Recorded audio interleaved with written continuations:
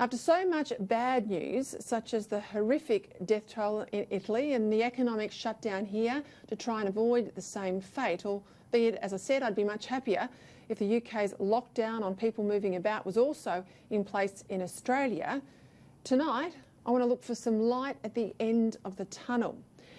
Now, if your business has dried up, if your job's disappeared, if your shares have lost 40% of their value, all of which is happening to hundreds of thousands of Australians, or if someone you love is possibly infected with coronavirus, this is an absolutely dire time. And it's no time to peddle false hope.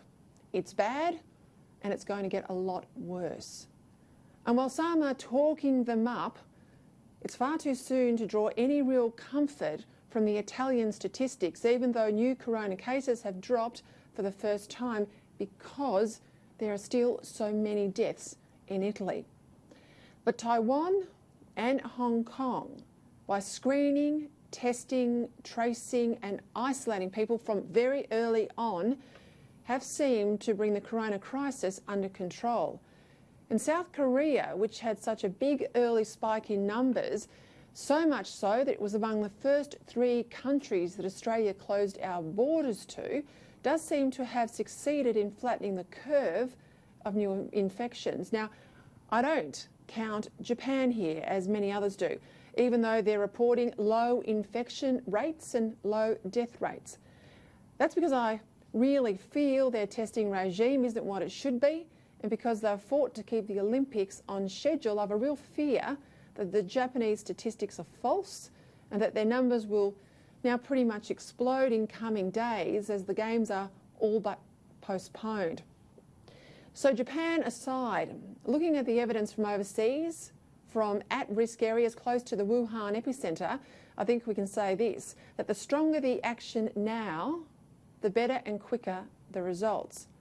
That's why everyone must practice drastic social distancing, working from home where you can, no going to the pubs, no going to restaurants, no public spaces, and no parties at home either to make up for nothing being open.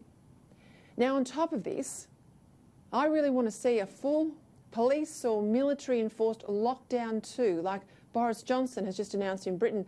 And in my view, he should have done this days ago. In a pandemic, when it feels like it's probably too early to be doing something like locking down your borders or closing up cities, that's the right time to act. In a pandemic, when it feels like you should be doing something, well, by then, it's more than likely too late. Here's Philadelphia and St. Louis when the Spanish flu killed millions in 1918. 1918, in the early days of the worst influenza pandemic in history, the city of Philadelphia ignored warnings and held a parade attended by 200,000 people. 3 days later, every bed in Philadelphia's hospitals was full and 4,500 people died within a week. At the same time, St. Louis, 2 days after detecting the first cases, closed schools, playgrounds, even churches. Work shifts were changed. Public gatherings of more than 20 people were banned. And this was the result. A tale of 2 cities. See what I mean? We just have to accept a shutdown, or even better, a lockdown for our own good, and even more importantly, for the good of older people who have such a horrific death rate from this virus and who need a health system that's not full of people who shouldn't be there. Now, I know that there's still so much we're struggling to get even half right. We still don't have thermal scanners at airports or ports where ships are docking because that's a state health department job and they haven't done it. So all the Australians coming home, they just sign a bit of paper and then they walk right out of the airport and into the community carrying God knows what. In New South Wales, we still haven't worked out either whether schools should be open or closed. And the lack of clarity is a bumbling communications mess that must be sorted out immediately. I would also be recommending, like in elections, that the Prime Minister and a Health Minister appoint a senior colleague to handle the hour-by-hour demands of the media so that they can get done only what they can only do. Like holding the meetings that only a PM can hold, like getting the expert advice that only a PM can hear, making the big decisions that only a PM can make. In other words, getting behind their desks. Because a trusted minister can do all the briefings for the journalists, but they can't make the decisions that Prime Ministers and Health Ministers can make.